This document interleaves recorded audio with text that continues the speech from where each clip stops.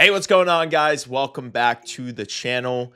The NHL season is coming to an end, or at least the regular season is, because the playoffs start next week, and we are locking down those final playoff seeding with just about a couple of teams remaining in that playoff race. But all of that aside, I thought this is the perfect time to kind of look back at this year and talk about some of the stuff that we liked and disliked. And the perfect way to do this is with a Bleacher Report article titled exactly that.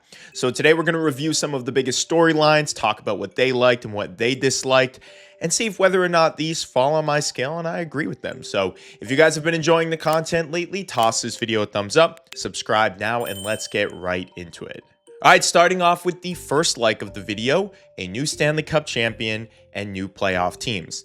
And I want to start with the latter half of that statement because I love seeing different teams get into the postseason every year. I start off as a Bruins fan. I want to see the Bruins make the playoffs.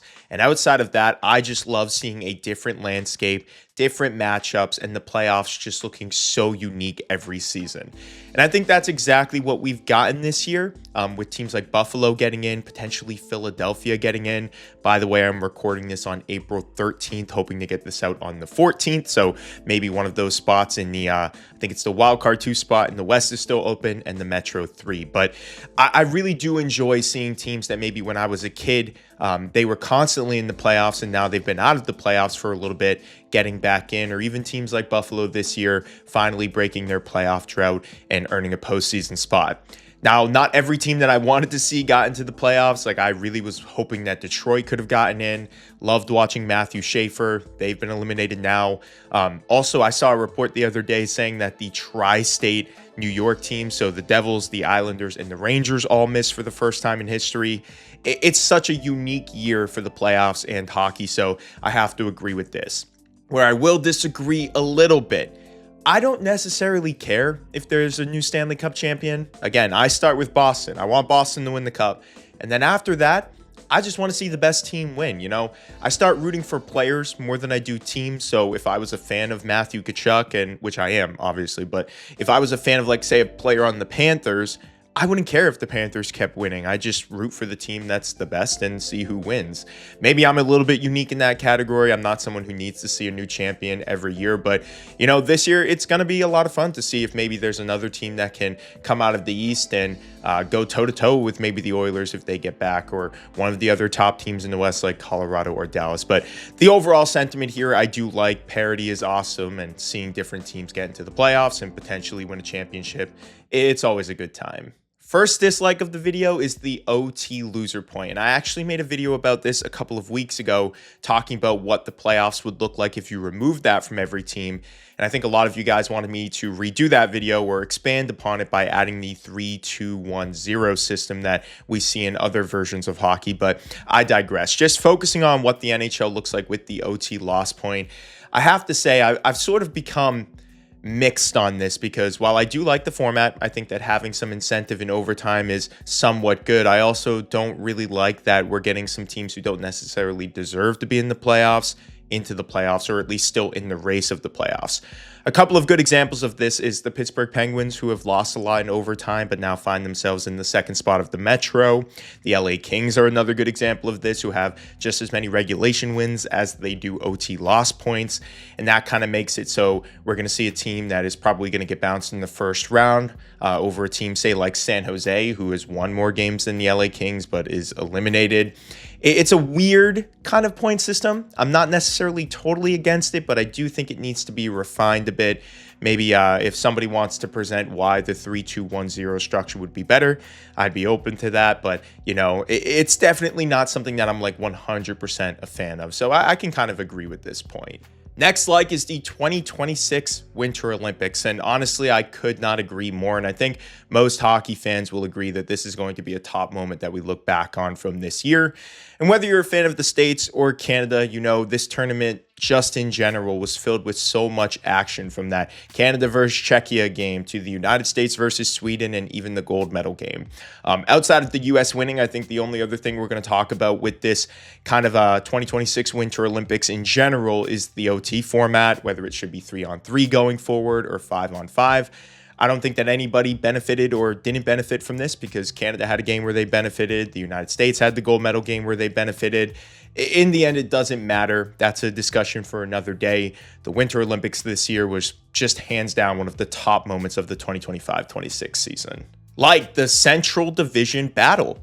This one's weird. I think that you're going to get a lot of people who feel kind of in between on this. Is the Central Division battle in general this year throughout the regular season fun?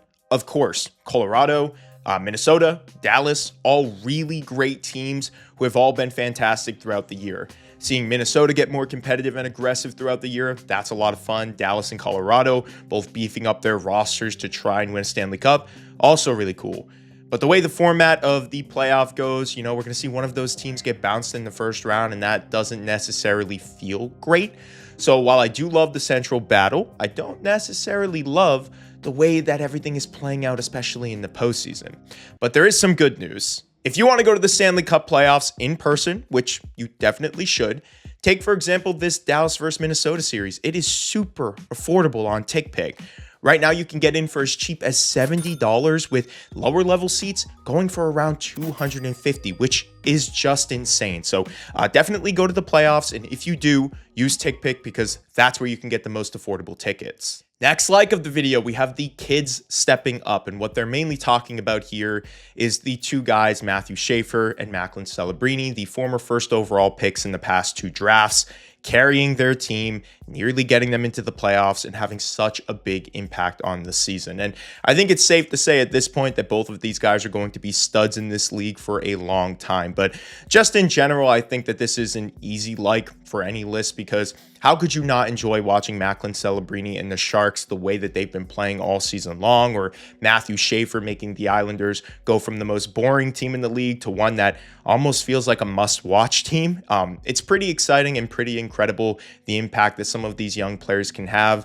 And I think it goes beyond Celebrini and Schaefer. You could talk about Demidov with Montreal having a great year, or Beckett Seneca with the Anaheim Ducks almost getting them into the playoffs. I think they've clinched, but they're on the cusp of doing it right now. It's a really fun season, and I think that the young kids are all a big reason why more eyes are tuning into the sport. And Macklin Celebrini in general just deserves a huge shout out. What he did at the Olympics, how he almost carried the Sharks to the playoffs. This is a season that he'll never forget, and he should definitely be a finalist for the Hart this year when all of the nominees come out. And the last dislike of this video is the implosion of the Toronto Maple Leafs. And I think this one really varies depending on who you ask. And before I even talk about this, let me clarify a few things because there's been some confusion in the comments. Number one, I'm from the United States, hence the US jersey. Two, I'm from Boston. That's why Boston is my favorite team. And three, this hat was given to me by a friend. I also really like Austin Matthews. He's one of my favorite players. So, the Leafs are kind of like my second or third favorite team. Now that that's all out of the way, I will say I'm 50-50 on this because on one hand, the Leafs not being good helped the Boston Bruins get into the playoffs this year. And, them also not being good could give Boston a top 10 pick at this year's draft. However, I will say as a fan of Austin Matthews and some of their other players, I don't necessarily like watching them fail. I think it was a good decision to let go of Brad Treliving. I think that Craig Berube is probably on the outs too. And I think that that's only going to be a positive thing for the Leafs. I would liken the Leafs this year to the Bruins last year. They were a team that just struggled out of the gate, could never really find their identity. They made some big changes at the trade deadline, and I think that next year they're going to be right back in the mix of things. They have too much talent. There's too many good players on that roster. I think with an additional piece or two on their back end that this could be a completely different Toronto team next year. But overall, if you're a fan of Toronto or a fan of any of their players, then yes, you probably dislike this implosion. But if you actively root against the Leafs, then maybe you really like seeing them not be good this year. It just depends on who you are and what kind of hockey fan you are. But yeah, that was another fun article by Bleacher Report. This one talking about what they liked and disliked from the 2025-26 NHL season. Let's expand on that in the comments below. Drop something that you liked from the year and something that you disliked, or maybe something that you wish you could change moving forward. And one final thing, shout out to TickPick for sponsoring this video. If you guys want to go to the Stanley Cup playoffs this year, use TickPick. No hidden fees, some of the cheapest tickets around. I know that I'm going to be using them to go to a Boston Bruins game, and I think that you should too. So again, thank you guys so much for watching this video. If you enjoyed, toss it a thumbs up and subscribe now. I also have a few other pieces of content for you guys to check out here on the screen. And again, thank you guys so much for watching and supporting the channel. I will see you in the next upload.